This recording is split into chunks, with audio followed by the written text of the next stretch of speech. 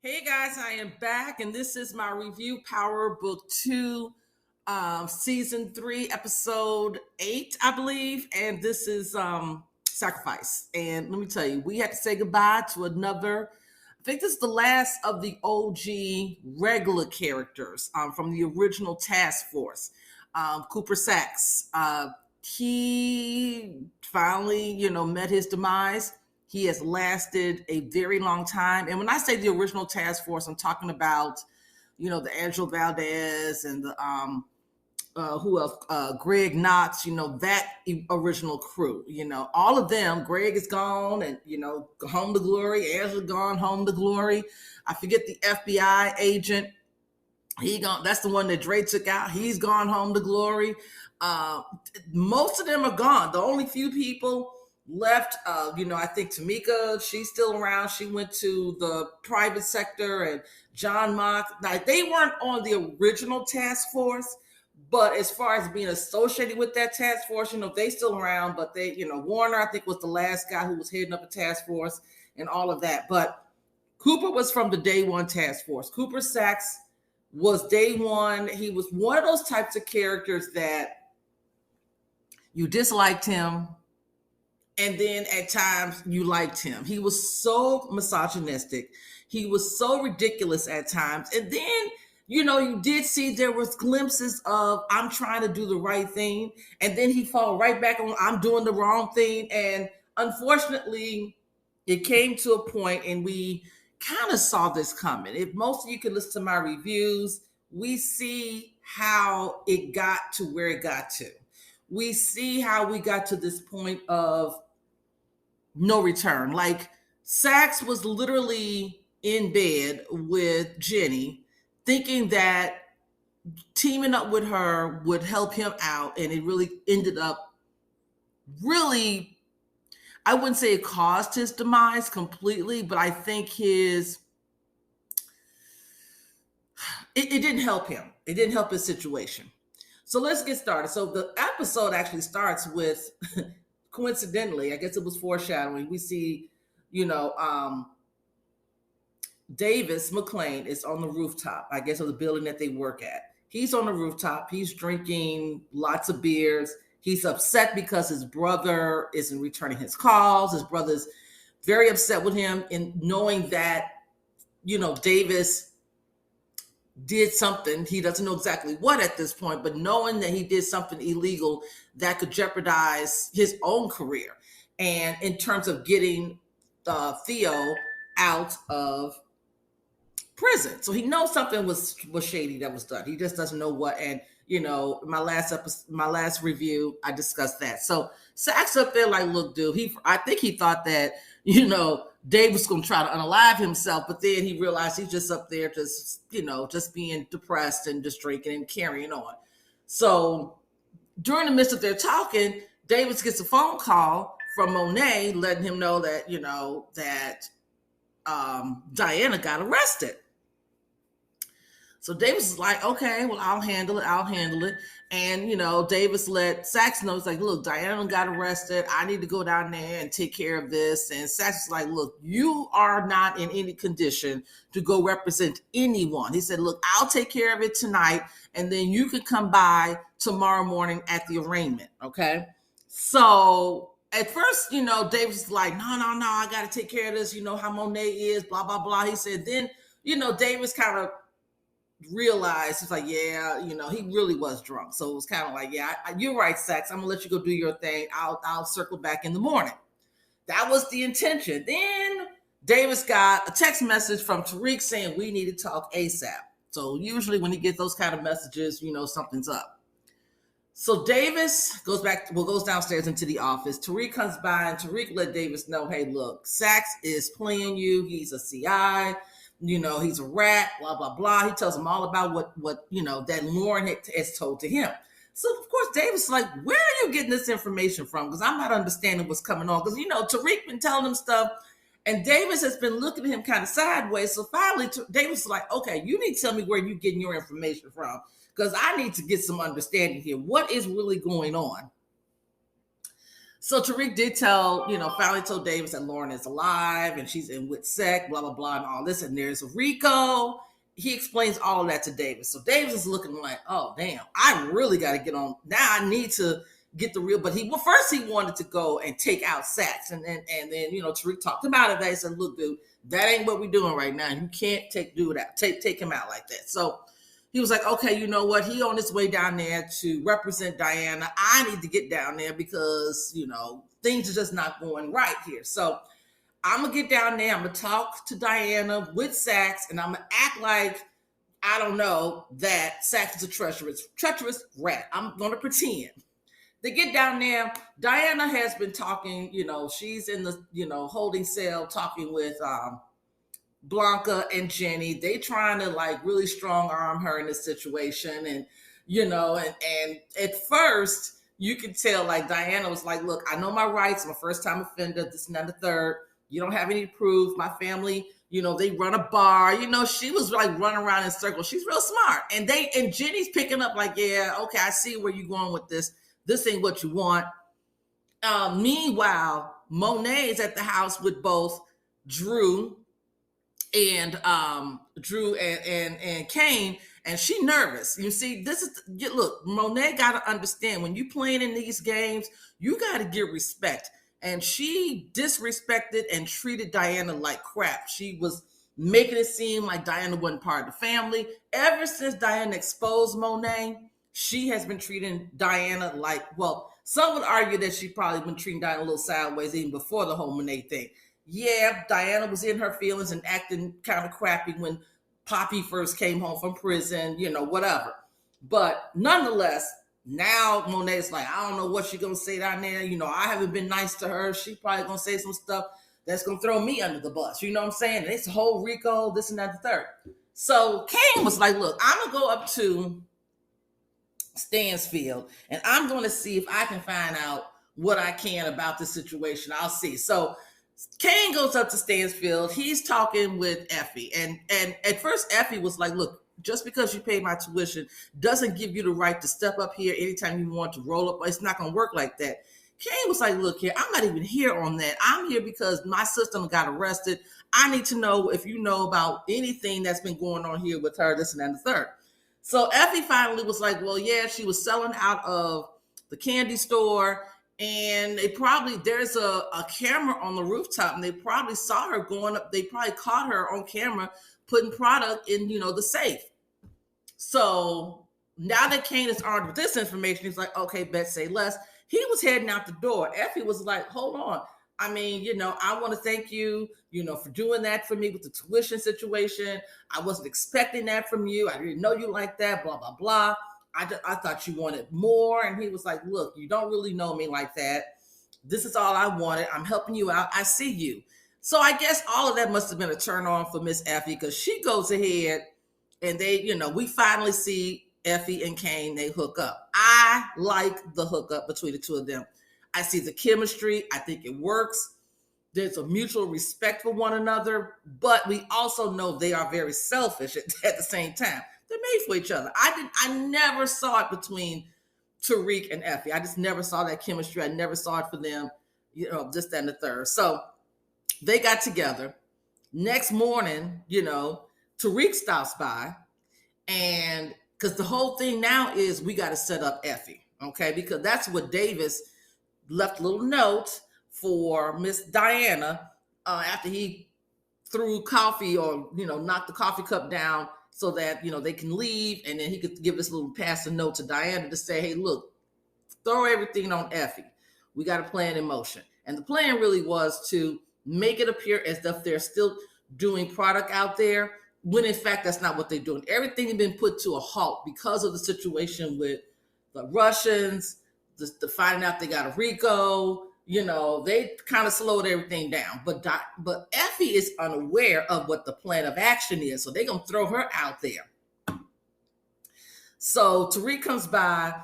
Effie convinces Kane to hide in the bathroom. Kane was almost like, what? I'm not no simp. I don't do that.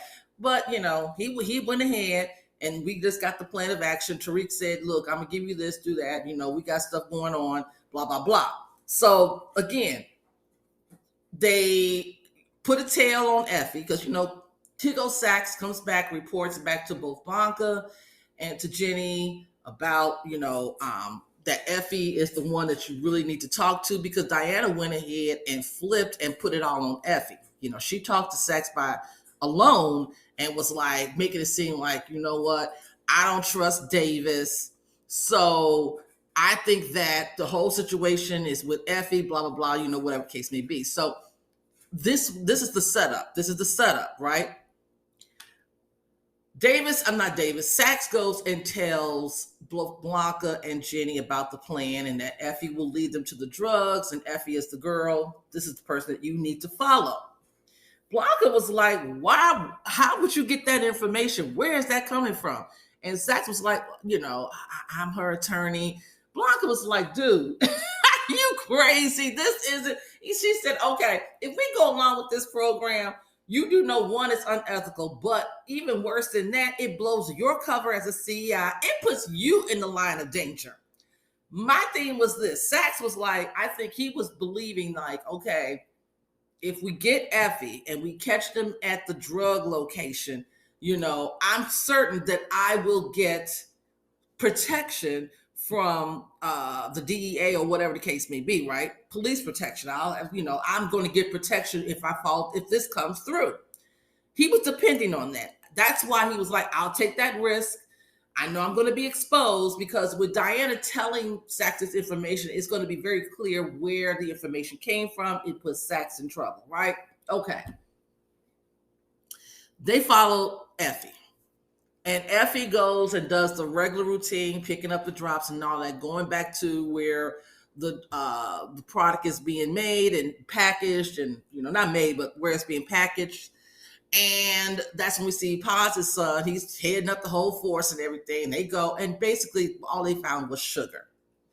So they couldn't arrest Effie.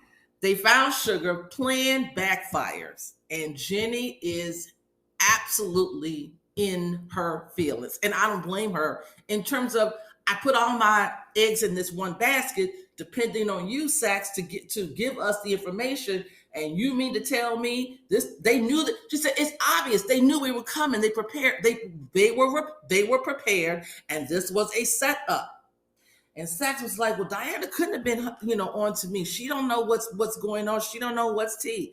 And again, Jenny was like, somebody knows that you are part of the inside crew. It's clear that they knew ahead of time. They've always known, and that's how they were able to prepare ahead of time. Something ain't right here. And Jenny even went as far as saying, I don't know, at some point I'm thinking that you might be working on their side and you set us up for failure. She really was upset. And Sachs was like, why would I risk my life to do that? He said, now I'm out here exposed, and I didn't want to do that. He said, I wouldn't want to risk my life like that. Jenny was like, you know what? I don't know what else to say, but I can't go and ask for any protection for you. I was like, oh my God.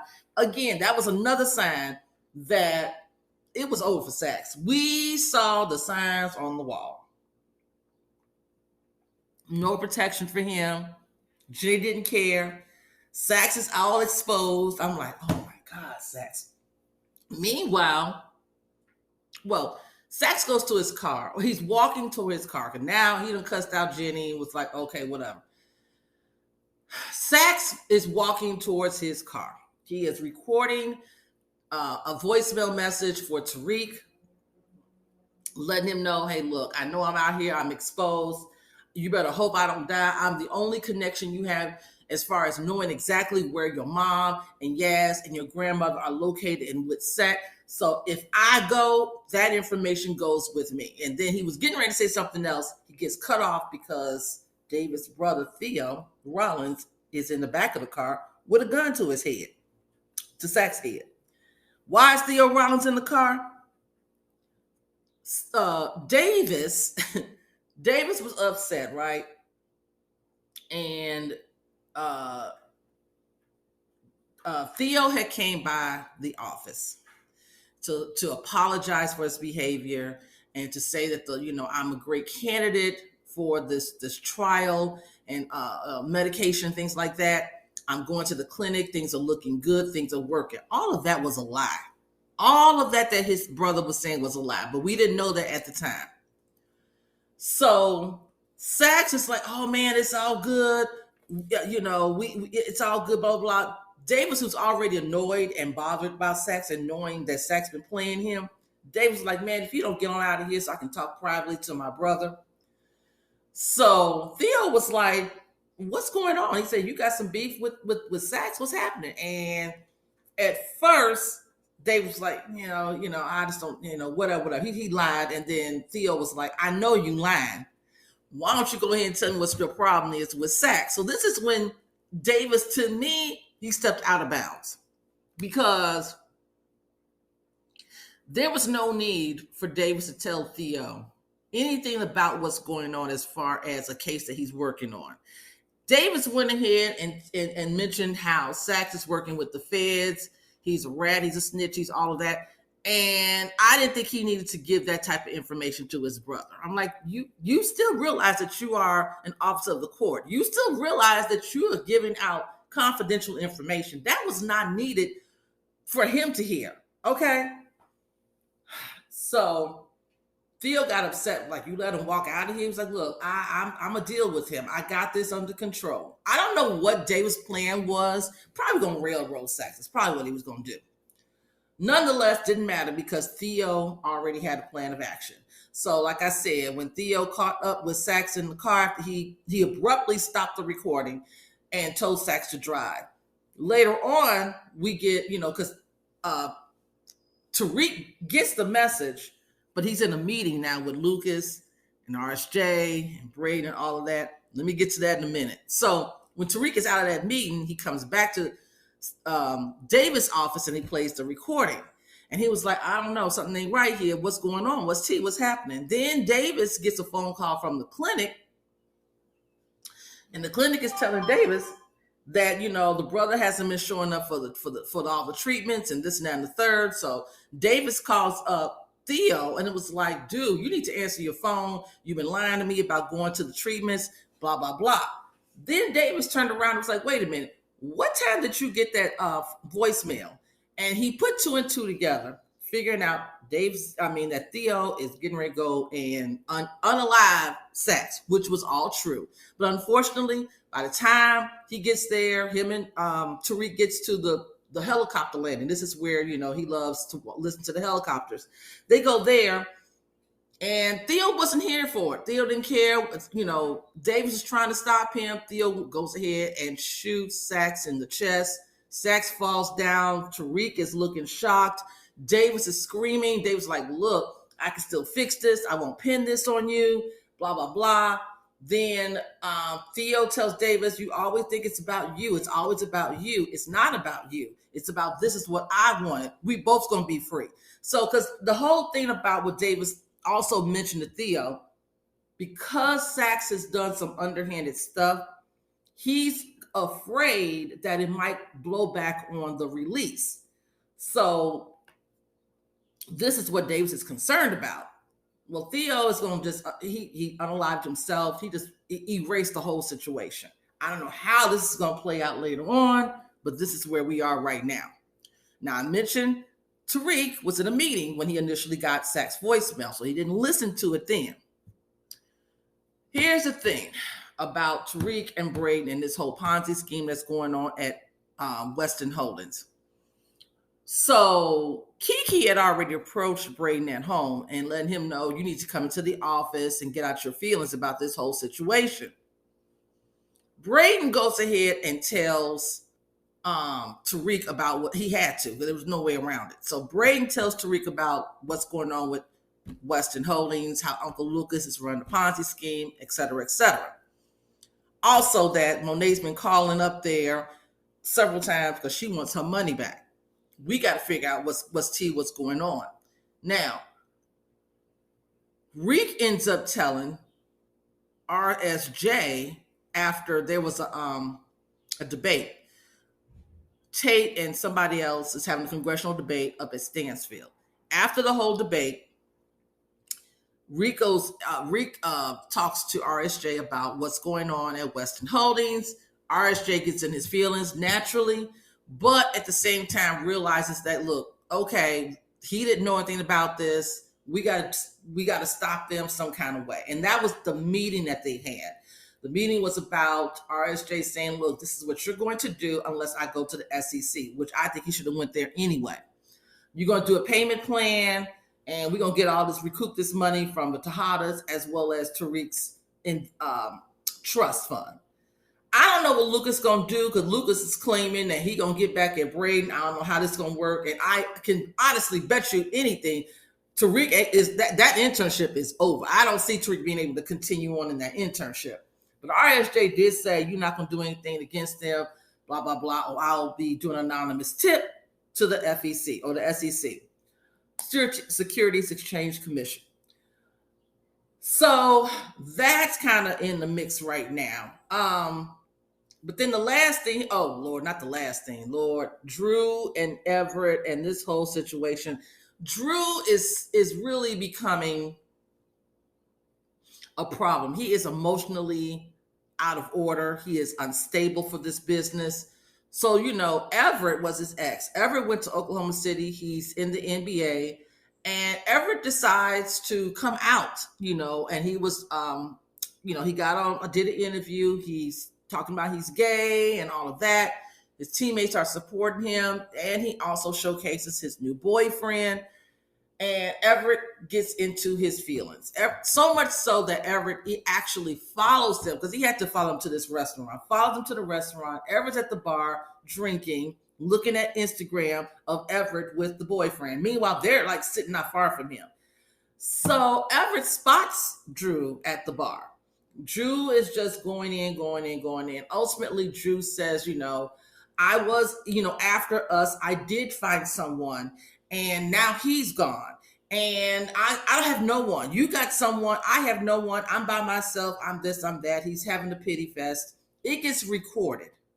Now, earlier, the Castillos came over to the Tejadas house, and they're talking about what's going on, stopping the shipments for right now. Things is hot in the street. But then they also ask about Gordo, who ain't been around, ain't returning phone calls, what's going on. Specifically asking Drew, because they know Drew and Gordo were messing around.